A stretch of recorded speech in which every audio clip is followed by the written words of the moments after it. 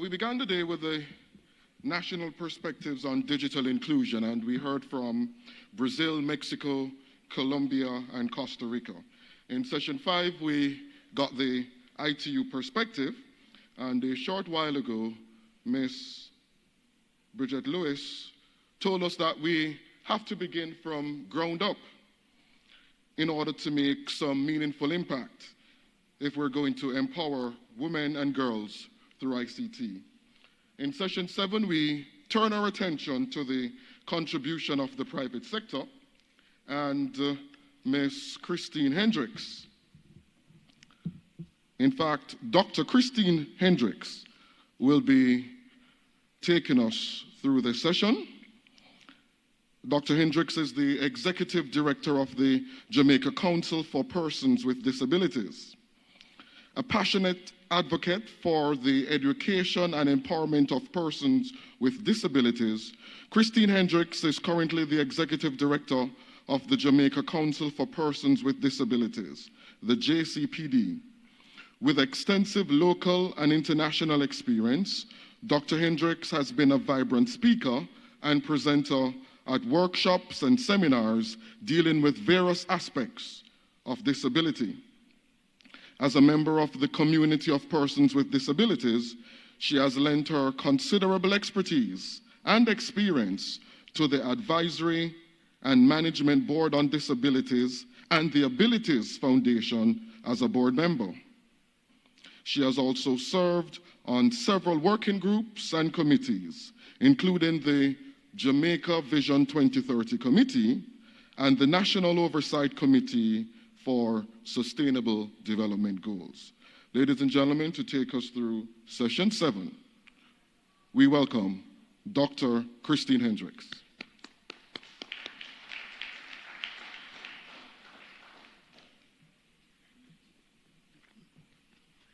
Thank you very much, Mr. Moderator. Good afternoon, everyone. So the task is ours this afternoon to be looking at the contribution of the private sector in fostering innovation and ensuring digital inclusion. We have very little time, and so we have a panel of 4 very exciting and excited presenters who will be sharing with us this afternoon. I'll introduce them as they will come to make their presentations of 8 minutes, and then we will take questions. First of all, we'll have Mr. Melarka Williams. He possesses over 10 years' experience in engineering and information technology in the financial services and utilities sector across 3 continents with some of the largest technology companies in the world. Williams, a graduate of the University of Technology, Jamaica, achieved a bachelor's in electrical engineering with a minor in communications and electronics. He currently serves as the Jamaica Computer Society, currently serves the Jamaica Computer Society as Vice President and the Jamaica Institute of Technology Services Alliance as an active board member. Next, we will have Ms. Melesia Sutherland. She is the Director of Regulatory Affairs, and she is working with the multinational company Cable and Wireless, which uses the consumer brand Flow and Horizon TV in the Caribbean. Ms. Sutherland has 20 years' experience in regulatory management. She is a director of the Trade Association for Telecoms Operators across the Caribbean region and chair of the Regulatory and Emerging Technologies Committee of CANTO. She holds a first degree in government from the University of the West Indies, Jamaica, and a Master's of Business Administration in Finance from the Universities of Manchester and Wales in the United Kingdom. Next, we will have Mr. David Fazio. And David is a survivor of a traumatic brain injury from a hemorrhagic stroke in 1996. It left him paralyzed on the entire left half of his body, blind in the left half of each eye, with extreme short-term memory loss and cognitive impairments. He has since regained much of his mobility and founded Helix Opportunity, a business-related disability services consulting firm. He is the exclusive provider of user experience research and development for some of the most iconic international brands ranked in the Fortune 100. His work provides a more inclusive experience to the $8 trillion global consumers with disability demographic across digital properties in physical environments and with products and services of all types. He has also consulted on accessibility plans for major government work projects and implemented inclusive hiring programs in partnership with government agencies and private corporations on a global scale. He has shared his expertise around the world, presenting in conferences on travel and tourism, finance and investment, information, communication technology, workforce inclusion, inclusive design, and many others, as they all relate to the global economy of persons with disabilities. And finally, we have Monica Ackerman, and she is the Digital Accessibility Lead at Scotiabank. Her team ensures that accessible design and development are at the foundation of digital banking. She has a passion for creating accessible digital spaces for the inclusion of people with disabilities in the workforce.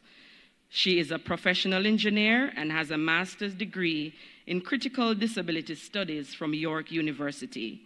For 20 years, she was the co-owner of a company specializing in workforce accommodation, supporting employees and employers in creating inclusive workplaces. Other cool stuff she has gotten to do: helping to write accessibility regulations in Ontario, human rights work in India, Nepal, and Bangladesh, and volunteering on the board of a disability legal aid clinic. Ladies and gentlemen, put your hands together and welcome my panel as they will share with you in that order.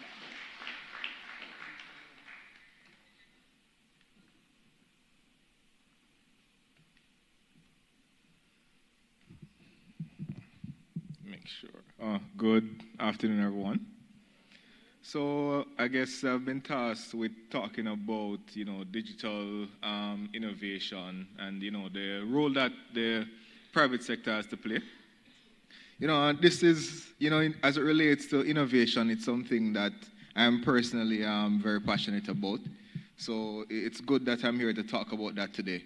So essentially what I'm going to talk about is a real-life example, a program that we have running now through a partnership with the Development Bank of Jamaica, in which we're using that program to drive innovation and transformation in small and medium-sized businesses. But let me first start off by telling you a little bit about Ingenuity Technologies. Essentially, Ingenuity Technologies work with the government and private sector companies to drive innovation and digital transformation. And this is done by, helping to draft policy, creating strategy, and also implementing technology. Now, a few years ago, we actually worked with the Development Bank of Jamaica, which is a government-owned entity.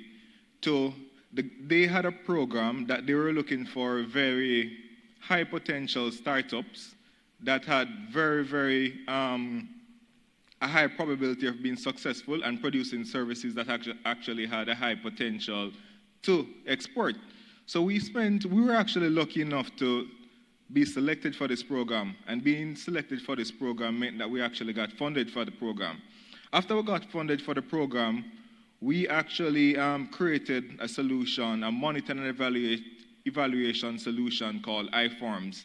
And iForms is a tool that's actually done well. Now, after we benefited from this program, we actually approached the Development Bank of Jamaica and said to them, we actually wanted to, give back to other small and medium-sized businesses. So through partnering with the Development Bank of Jamaica, we came up with a program to actually offer digital transformation services to small and medium-sized businesses. So how that program actually works is that for small to medium-sized businesses or young entrepreneurs that have ideas that they want to bring to life, the Development Bank of Jamaica actually gives these businesses grants. And so it's grants, it's not a loan. They get these grants and they can approach our company, Ingenuity Technologies, for us to bring their ideas to life. They can buy mentorship services, business process improvement services, software development services, any kind of service that they essentially need, they can actually purchase these solutions. Now, through this partnership, we have worked with and completed projects and are actually working on very innovation projects that are going to be disrupting several sectors. Logistics and transportation is one of them, manufacturing, financial services, for example. All of these services, all of these sectors are actually going to be disrupted through the partnership that we have. Now, when we look back at the partnership and how it actually came about, and what are some of the lessons that we have actually learned from this partnership, I would say the number one takeaway from this partnership is that, private sector, as private sector companies, we have to be willing to work with the government, and we have to be willing to approach the government and tell them, what's not working and what are the things that they actually need to do to grow the economy, right? The government already believes and knows that, for example, the small business sector in any country has to be a critical, engine for growth. So I would say, the number one thing that we have to do is that as private sector companies, we have to work with the government. We have to pitch different ideas to them. We have to show them, why a specific idea or why a specific strategy has to work. And provided that our business case or your business case is strong enough, I'm sure you'll get some amount of buy-in from the government. So, that's my feedback on, what the private sector can actually do to drive digital innovation or transformation. And in a sense, it's essentially partnering with the government because they are the ones that actually create the policy. Thank you.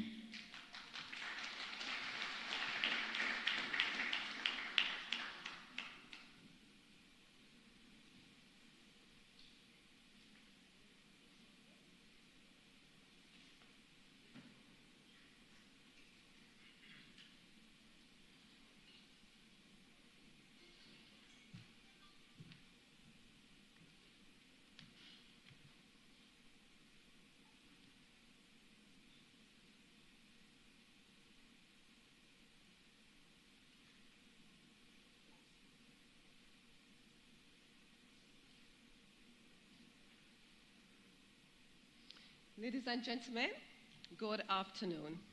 It is a pleasure to address you this afternoon and to talk to you about an organization that represents many of your service providers in this region, in the Caribbean region, and certainly an organization that supports, provides services to the companies that are receiving your telecommunication services from. That organization is called CANTO. And CANTO, the Association of Caribbean Operators, is recognized as the leading trade association in the ICT sector for shaping information and communications in the Caribbean region.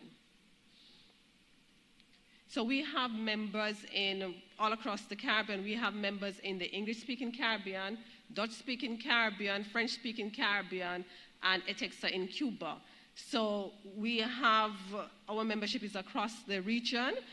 Most of our members that can vote are actually operators who provide your services. We do have another category of members who have associate status like our equipment and vendor suppliers and consultants and so on. So just to let you know some of the countries that we're in. Sorry, is this a clicker? Does it click? Yeah? Okay, good. Right.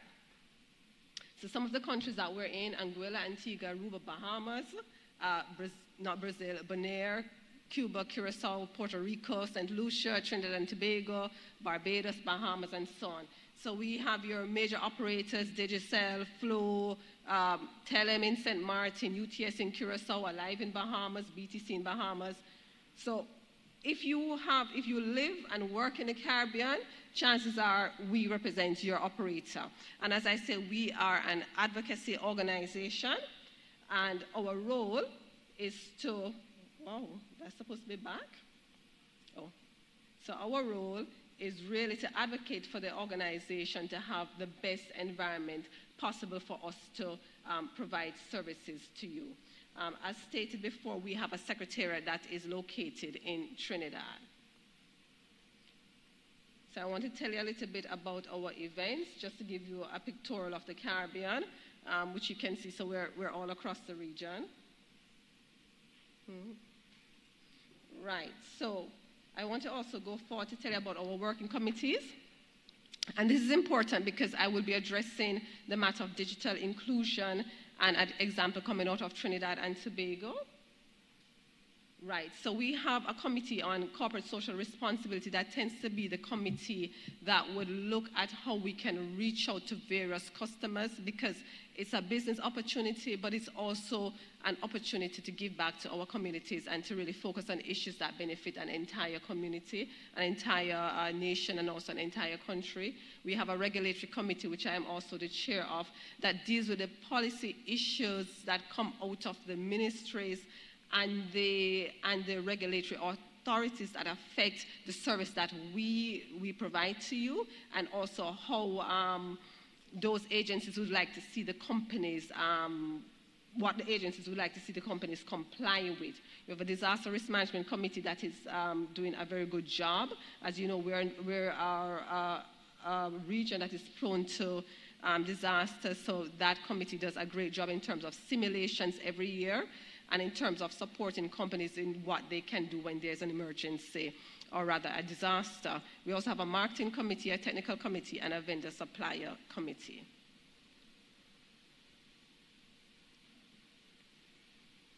Okay, in terms of our calendar of events, we have an annual general meeting January, February of every year. This year it will be held in Ghana. At the end of that meeting, we'll have a capacity training program run by the GSMA regarding unlocking rural mobile coverage, a little bit in terms of universal service, in terms of access being provided to as many persons as possible where they are.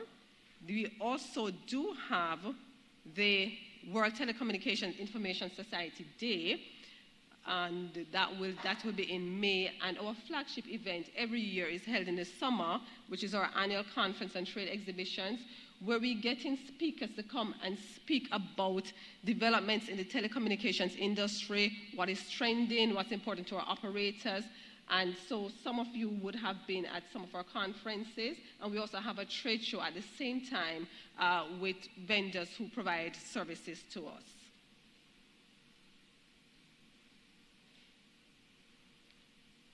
Okay, I have been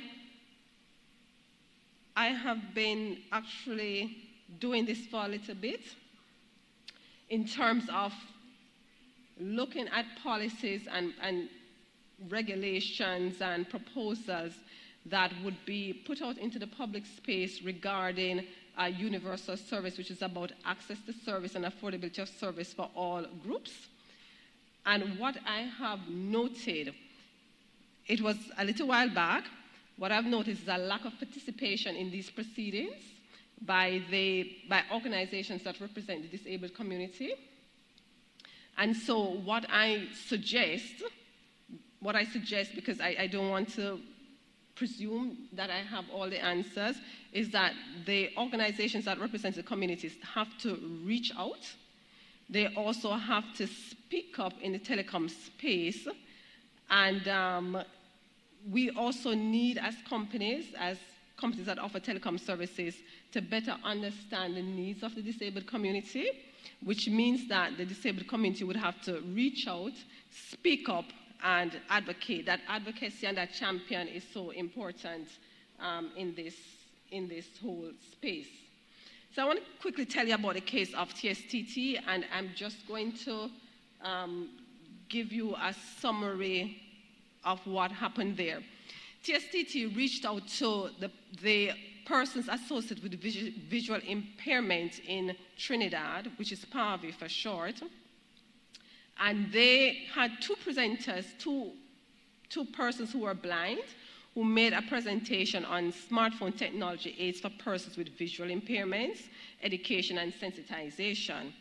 The result of that, well, the two facilitators were an acting corporal of police who had been blind for 5 years, and he was accompanied by another gentleman, his name is Marlon Parejo.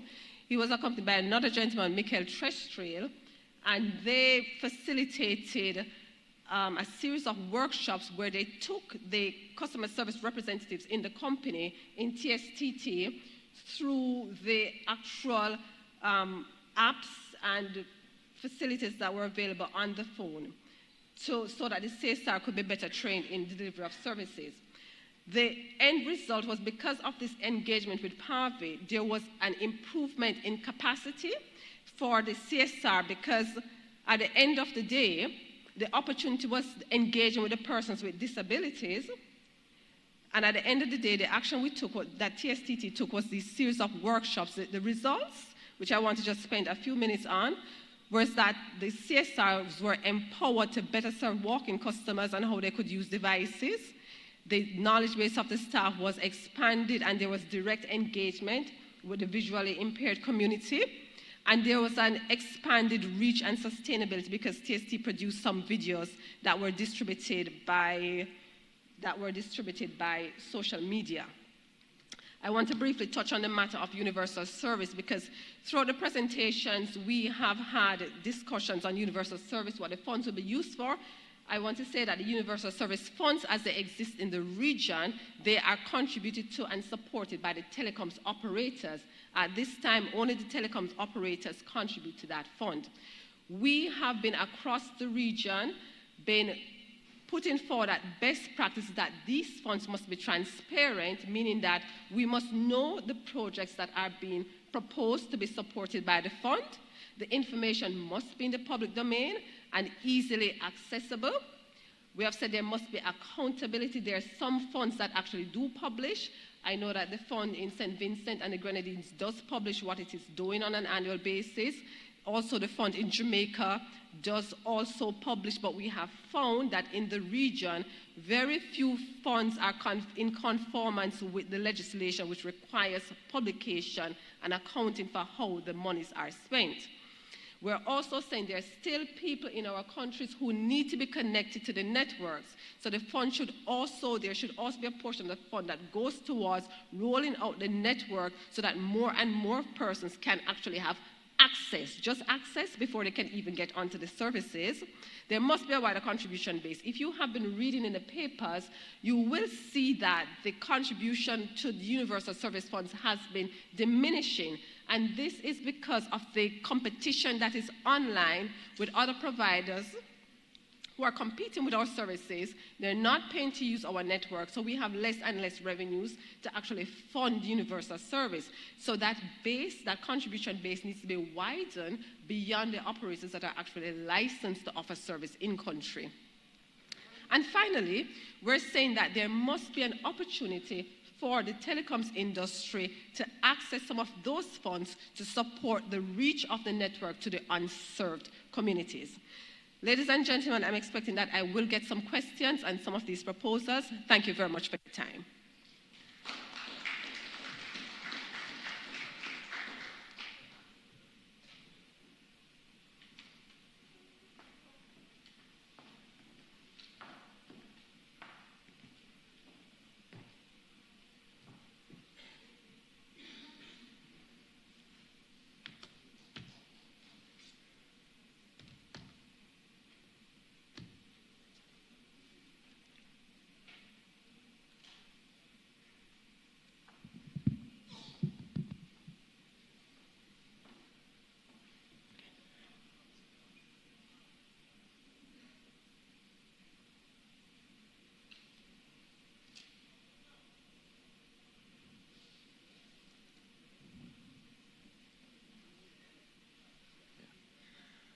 Okay.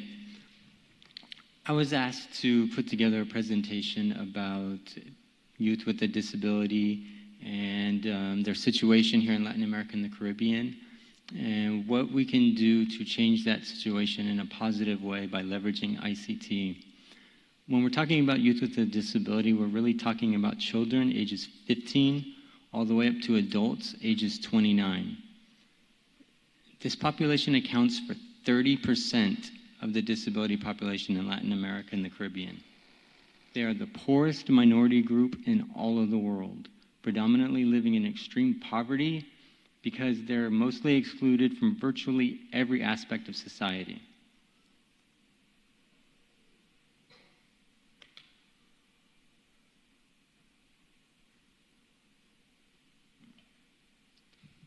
Out of 9 countries studied, more than 1.5 million young people with disabilities do not study or have paid work of any kind. And this is very alarming because the number is actually much more, because that's only 9 countries.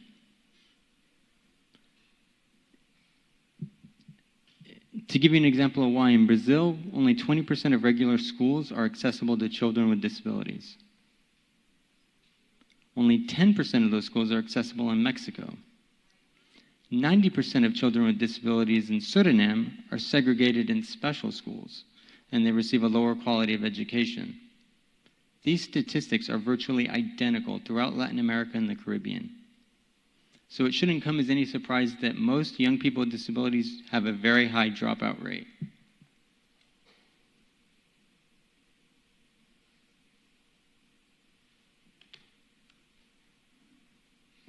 According to recent research, 86% of primary and secondary schools in the region believe that education should be inclusive and accessible to all people.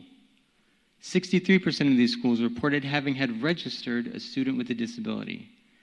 But still, 70% of these schools don't even have ramps to accommodate students in wheelchairs. 83% don't have accessible bathrooms, and nearly 100% of these schools do not have assistive technologies to accommodate the visually impaired. Only 27% of these schools train their teachers on how to teach students with a disability. And only 10% of those teachers are exposed to regular training seminars to build their capacity on how to relate to students with a disability. There's alarming concern over these young people in the region because they remain excluded from two fundamental institutions for social inclusion: education and employment.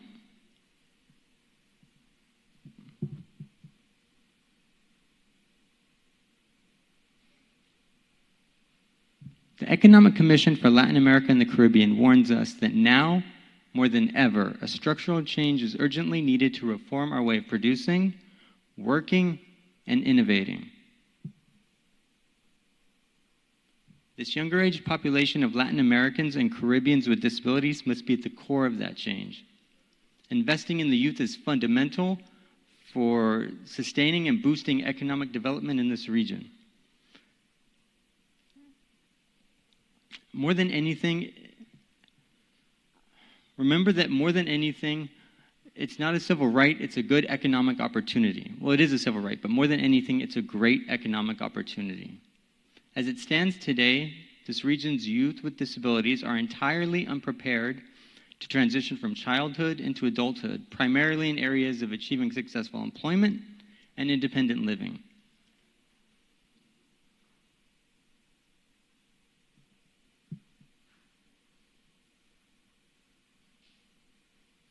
The transition into adult independence is extremely challenging for this youth with a disability because of their exclusion in community participation and interaction during their formative years as they're growing up from children on into adults.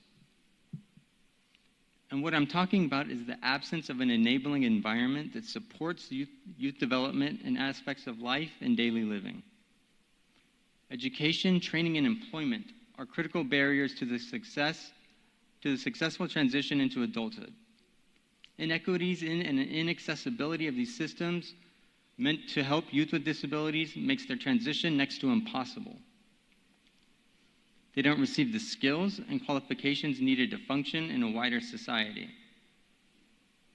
and that limits the employment opportunities available for these youth with disabilities. As a result, they're given little room for error and quickly labeled as unemployable if they're unsuccessful at their first job. And inadequate primary education of these children with disabilities leaves them with severely restricted opportunities for university education, after adolescence, trade school education, or employment and income generation. Some families even believe that their children with disabilities are incapable of learning, so they don't provide them with opportunity for education. Even with supportive families and encouraging environments, youth with disabilities face severe challenges in obtaining an education due to inaccessibility in physical campuses and classrooms, as well as inaccessible curriculum on the web and web-based learning. This includes a lack of assistive devices. And to top it all off, teachers often have preconceived ideas about what is appropriate for their students with disabilities, and these stigmas end up causing youth with a disability to be excluded from many important activities in life.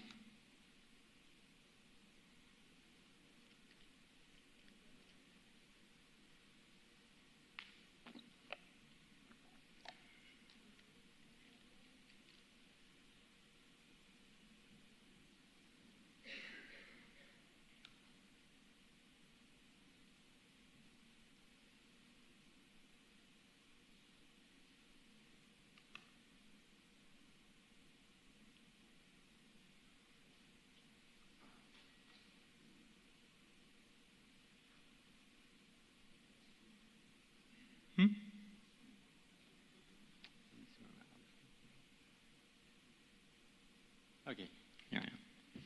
So addressing factors that limit the use of ICT by persons with disabilities will drastically reduce the barriers to the education and gainful employment of Latin America's and Caribbean's disabled youth.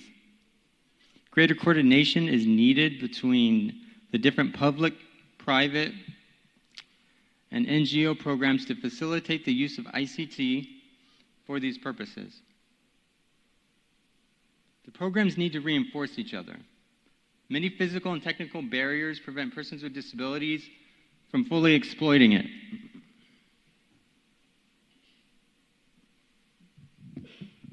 I need to sit down, hold on.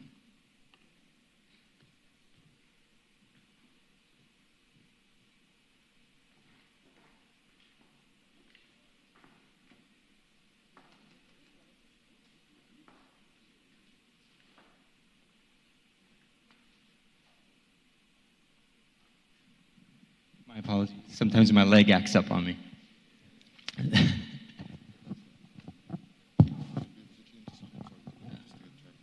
Yeah, if you can change them, that'd be good. Okay. And so many physical and technical barriers prevent persons with disabilities from using ICT and fully exploiting it.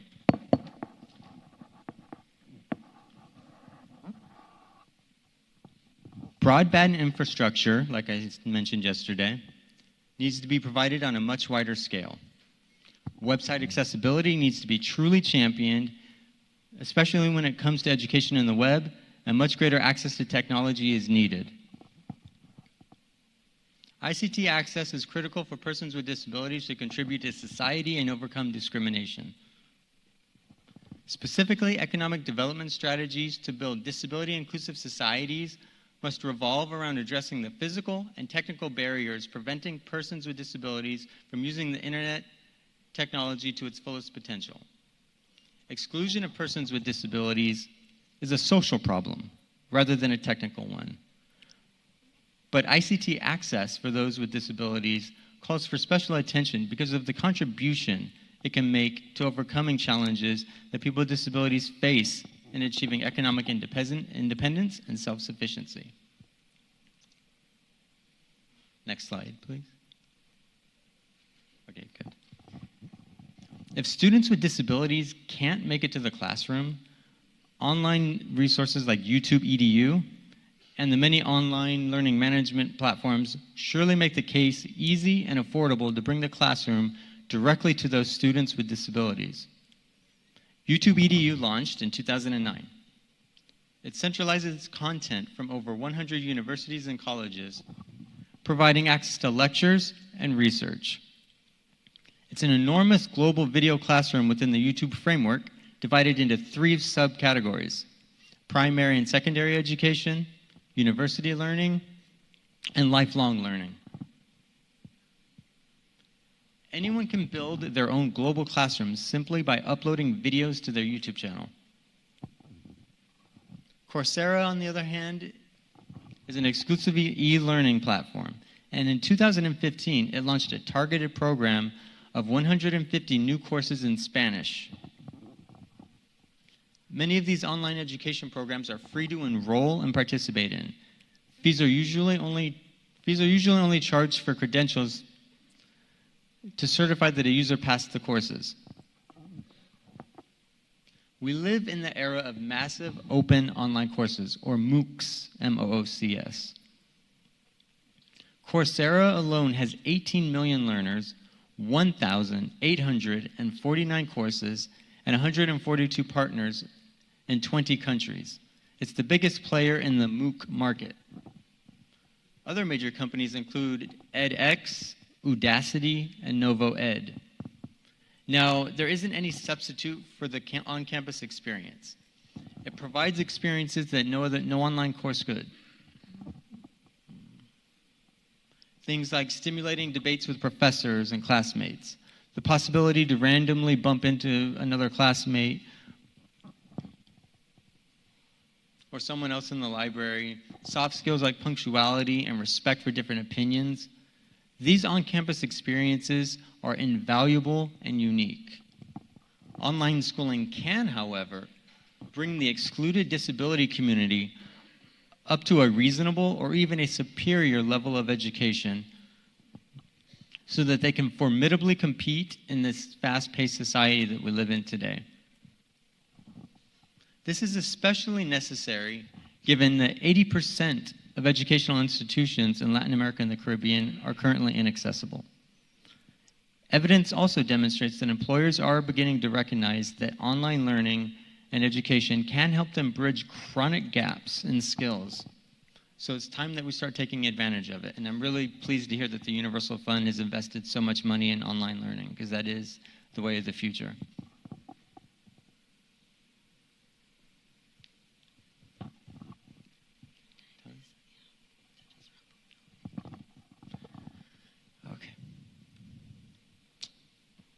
Well, I guess I'm out of time, however. So there's $95 billion, as I mentioned the other day, available in so last slide, please.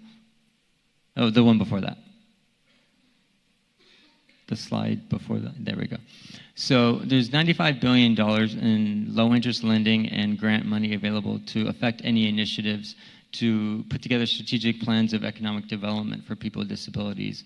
When we work with organizations, we help them identify these funds and build strategic plans that leverage ICT, define goals, and measurable results so that organizations can really make a wide-scale economic impact on behalf of people with disabilities. And that's basically it.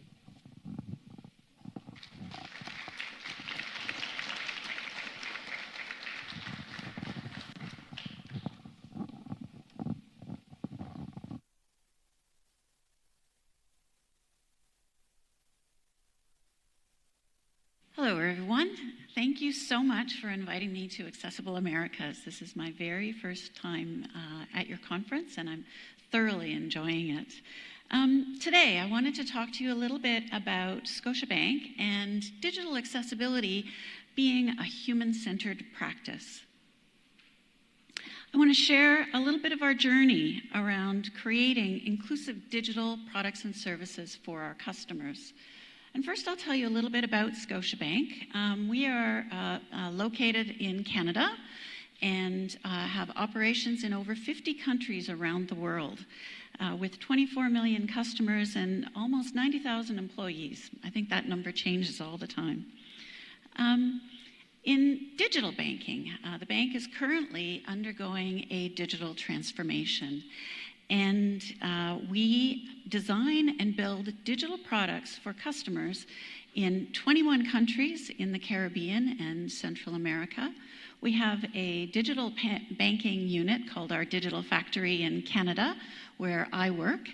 And we also have digital factories in Mexico, Colombia, Chile, and Peru, all of whom are building and designing the digital financial products and services of the future.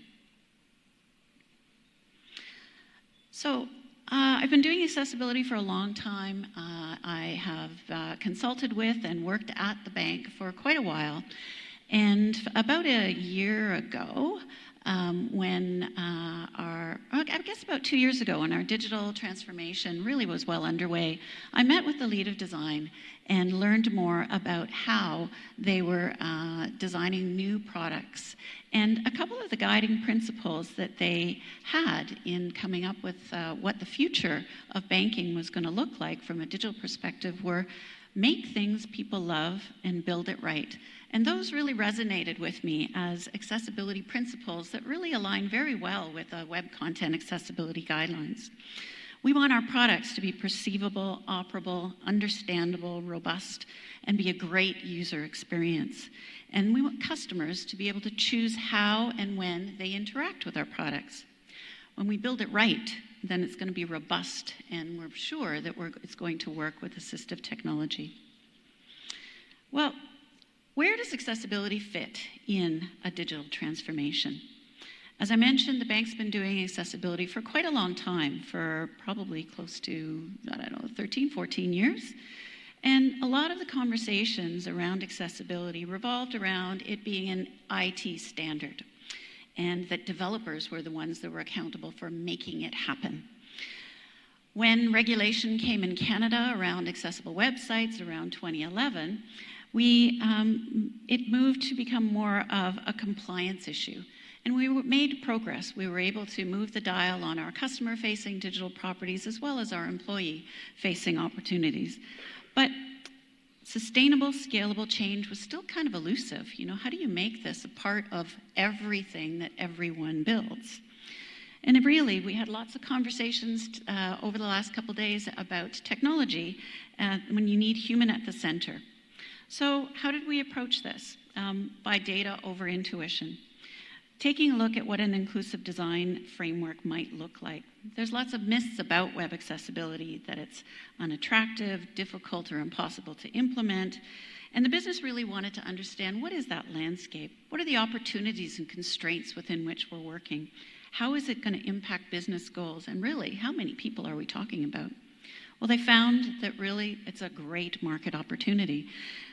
With 15% of Canadians, or globally, and $25 billion in money that Canadians with disabilities have. They found not only is it technically feasible, but accessibility has driven innovation through the past with voice recognition, text-to-speech, autocomplete, all things that we need now, driven by innovation from persons with disabilities. And also that it's a competitive advantage, where we can attract new customers and retain customer loyalty. Next, we went and spoke to customers with disabilities and did ethnographies. And what we heard was accessibility means that you have it anywhere, anytime, wherever you go. That customers saying, I don't want anyone else's help to do my banking. The key theme was that of embedded inclusivity. That people want to take advantage of the technology, but if our digital spaces are not accessible, it creates barriers to financial inclusion. Next, how do we actually do this? How do we embed accessibility within an Agile framework? We ran a pilot with 5 teams, started to come up with processes so that as we're designing and building within our 2-week sprints, we consider accessibility. Central to all of our work is we want to be sure that our customers are the ones that are informing our design. And we set up an empathy lab where we invited customers with disabilities in to try out our products as they were being built, and in order to inform not only what we had, but what we would design in the future. So at Scotiabank, we believe every customer has the right to become better off. And that inclusive design, which is what we practice, considers a full range of human diversity with respect to ability, language, culture, gender, age, and other forms of human difference. This aligns with Microsoft's work on inclusive design. And really, we believe that accessibility benefits us all all types of users, regardless of their ability, their context, or their situation. But how do we scale? How do we make this happen? Accessibility really is a shared accountability. Each person in the development cycle needs to understand what their particular role is and how it becomes a natural part of the work that they do. A product owner needs to understand, what is the work effort? How do we plan for this and get it into our product? A designer and a developer need to understand how they design the interactions and code them according to standards. And accessibility needs to be a part of every definition of done. You can't finish or release a product unless it's accessible. And again, fundamental to all of that is we must test with our customers with disabilities. Another way that we do this is by building a design system where we're baking accessibility into not only the visual design, but at the code level and the components. We're building code in React, Angular, iOS, and Android, so that when a developer pulls that piece of code and plunks it into their design, all of the accessibility features are inherently built in. It's all been tested with assistive technology as well. We provide awareness and training. I've got a whiteboard up where it's showing a preliminary design of a screen for a mobile application. And this was my team yesterday was doing training with the Scrum team who is building the new Scotiabank mobile app for the Caribbean. So before a single line of code is written, they're writing down, they're learning why it's important, and pointing out the various places where accessibility considerations need to be taken in.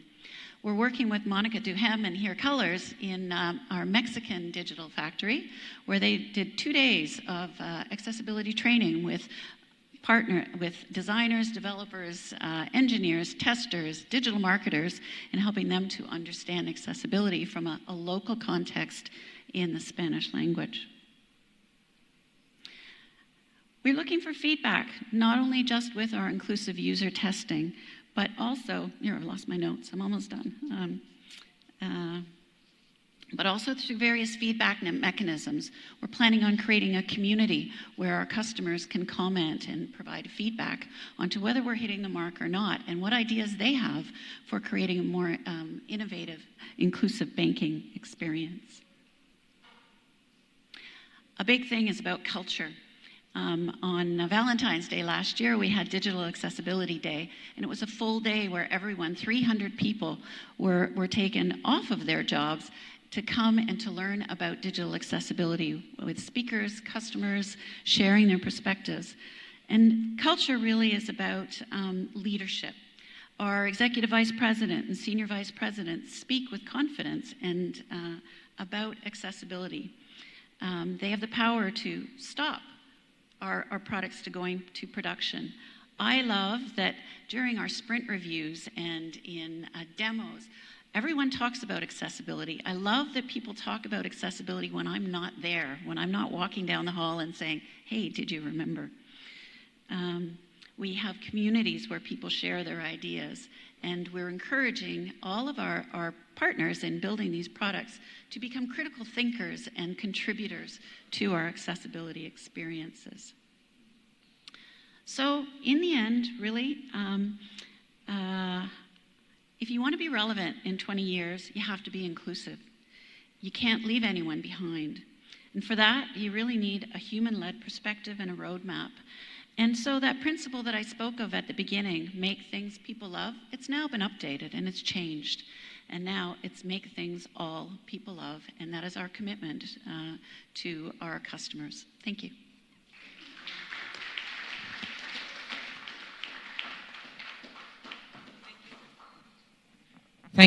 Thank you very much to all our presenters this afternoon. Melarka shared about the development of iForms for monitoring and evaluation. Melesia from CANTO spoke about the corporate social responsibility and the fact that persons with disabilities need to speak up and speak out in terms of their own needs so that the telecoms market will hear. David spoke about the fact that there are online learning platforms, and so very soon we will have no excuse for persons with disabilities who are not in school, because the world is changing and technology makes the platform very level. And then we heard from Monica and the digital transformation that is taking place at Scotiabank. I know you may have questions, and so we have a time for very few. And so if we can see your hands, I see a hand there in the middle, one to my left, two in the middle. All right, thank you. There's a microphone. Okay, we'll be coming to you. Good afternoon. Mavis Johnson-Colley from the regulator in the Bahamas. My question is directed to Monica from Scotiabank. Kind of two-pronged.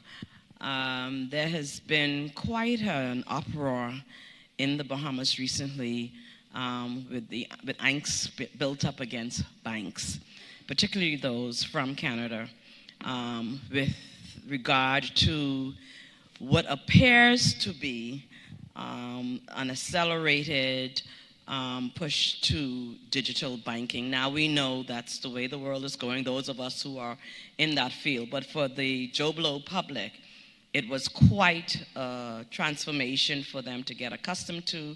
And they've been quite angry at the resulting fees for persons who choose to go inside the bank. Now, my question is, firstly, knowing that we have to make that move digitally, did Scotiabank consider the possibility of providing assistance or training, particularly to senior citizens or for persons who may not be as adaptive as the rest of us are, to bring them along so that when you did move and you move even more rapidly, there would be more cooperation and more reception towards that. Secondly, you mentioned at the beginning of your presentation that your team in Canada was working on an app for the Caribbean. Do you have Caribbean persons involved in the development of that app?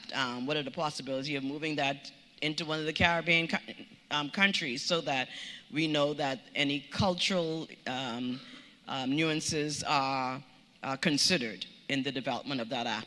We tend to be a little upset when we hear that others are doing things for us that we think that we can do, or at least we can assist in doing.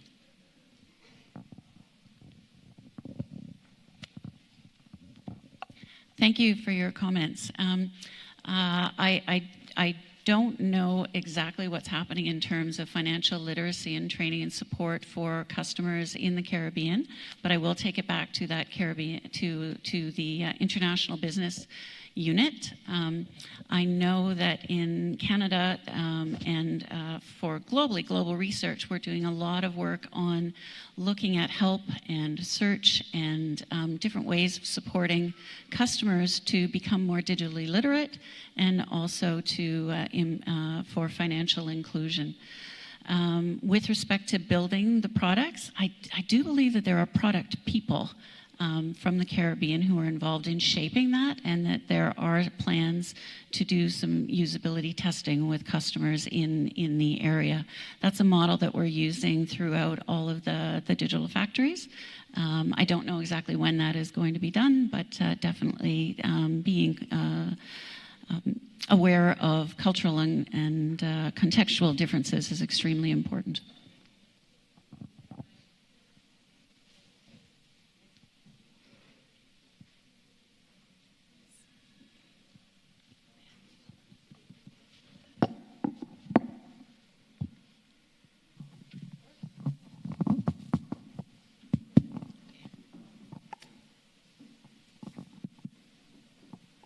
Hi, good afternoon, everyone. My name is Kamar. I am deaf. My question is for the representative from Scotiabank. So,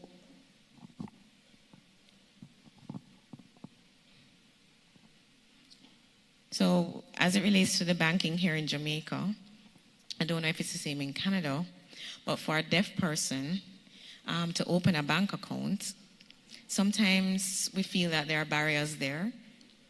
it doesn't feel like it's inclusive for all. My experience has been that when I go to the bank to open an account, I'm asked for a reference to prove who I am. Do you know Kamara, etc.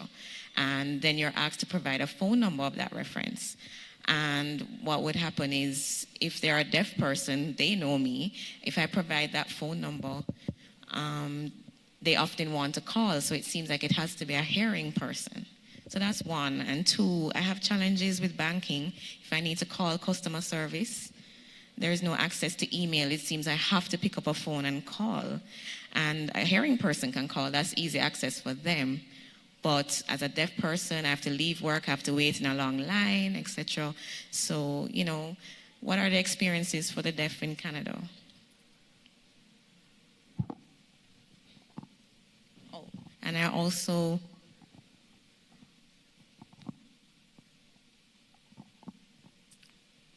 So what does the bank plan to do to help deaf persons? I'm thrilled to be hearing all of your feedback, and I will, again, this actually helps me to build a case for accessibility and for moving accessible services forward when we hear it directly from our customers. Again, in the Caribbean operations and in our other countries, I'm not familiar with all of the services that they provide. I will go and find out. In Canada, we do accept relay services for customers that are deaf and or hard of hearing and want to speak to a customer service representative. If a customer requests a sign language interpreter, we do fund and pay for that. We have authenticated click-to-chat, so when you're in our Scotia Online experience, if you want to type to chat with a customer, then we have that in place. And again, our services are different around the globe, and hopefully we can come up with solutions that will meet your needs in your country.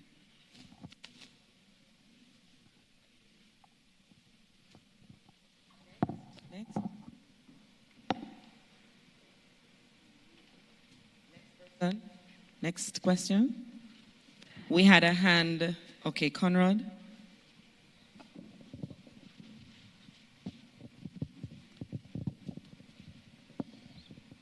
Okay. Good afternoon. Conrad Harris, Jamaica Society for the Blind. I have a feedback and a comment, and again, it's for Monica. First of all, I use the Scotia website, and so far, there's nothing that I see that I want to do that I cannot do. Phew. No, what I want to know now, I'm sure you know that there are accessible ATMs or ABM machines. When am I going to have that same experience with the ABM here in Jamaica? In the Caribbean? That I do not know. In Canada, we do have accessible ABMs. We're redesigning them. We actually just had about 8 customers who use audio navigation come in and try out our systems. So again, I'll take that back. Scotiabank's a huge place, so, and there's a lot of different business lines, and I will speak to them, and hopefully we can speak more directly about your need for accessible services.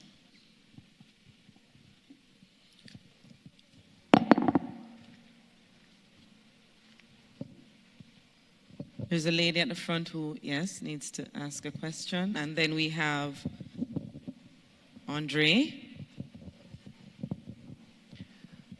Okay, 2 questions, one for Monica and one for David. Usually we come from Barbados, the Barbados National Organization of the Disabled. And my question to Monica is, and I'm visually impaired. And my question to Monica is, since you are in charge or have responsibility for digital accessibility, does Scotiabank have a specific policy around hiring persons with disabilities in the area of ICTs, using their talents and skills to help with your digital programming. That's one. And my question to David is, how can we, before I go there, what I've noticed is that generally when we talk about Latin America and the Caribbean, there isn't a lot of reference, I would say, to the English-speaking Caribbean. The cultural differences are major. And what I want to find out from you, how can we develop a business thrust to really get our people with disabilities more into business and really promoting business so that we are more or less entrepreneurs, helping governments, private sector, and even the civil society to work with us, employ us, and use our skills and talents to further develop ICTs and generally employment for people with disabilities. I hope I didn't sound too muddled. Monica, I'll take your first question. The digital accessibility program was actually started at the bank by a woman who went blind, and she led the spearheaded the start of accessibility at the bank. And we also have a job accommodation policy in which any employees who are requesting accommodations can put those in place. And there's members of my team that have disabilities and also members of the other software development teams that have disabilities. I think having the perspective of a person with a disability as being a co-designer, co-creator, innovator is critical in order to move forward. This is David. Yeah, sorry about the leg issue again. Sometimes it happens. But yeah, so before I was able to get to it, I was getting to a point that you guys have a very active vocational rehabilitation, what would you call it, system in place in Latin America and the Caribbean. However, the services are kind of siloed and the funding isn't to the extent that it needs to be. In the United States, we have a very robust vocational rehabilitation program. We facilitate 100,000 placements and employments for people with disabilities every year. But in the United States, we also have a lot of cooperation with the major corporations that are interested in hiring individuals with disabilities. And what I don't see in the VR system here is a partnership with corporations that are actually interested in hiring people with disabilities and targeted training to place them in the jobs that they're hiring for. So there needs to be a lot more cooperation. There is the CARICOM tripartite agreement between Cuba, Guyana, and all of the Caribbean countries. It needs some more funding, and the governments also need to step in to facilitate that. And in the United States also, our VR program pays for entrepreneurship of people with disabilities. They paid the startup costs for my company. But none of this is all for naught if you don't get the commitments from corporations to engage in economic activity with these disability-owned businesses or to employ people with disabilities. The companies are interested. There's over 130 multinational companies that I know of in the United States that meet regularly every year at national conferences and talk about how they're interested in doing the same type of diversity and inclusion initiatives that they have going on in the U.S.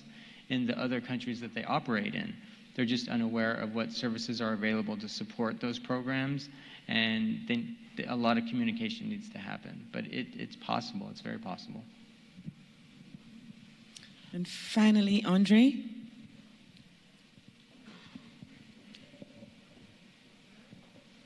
Final question. It was very similar to her question. Oh, okay. All right, so since we have no other question and the time is up really, I just want to say thank you to my panel and thank you to the audience for participating in this session this afternoon. I'm sure we can meet the presenters in our networking sessions. Thank you very much.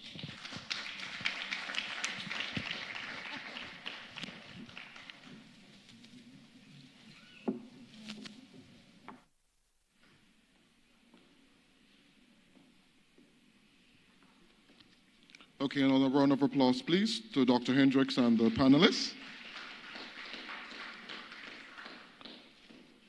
Okay, now I crave your indulgence in helping me to make a decision. In light of the late lunch, we are minded to move to the next session rather than to take the coffee break at this juncture. Is that okay with everybody? I'm sorry I don't have an email address up on the screen for you to send me the response, but could you just show by raising of hands? Can we move to the next session?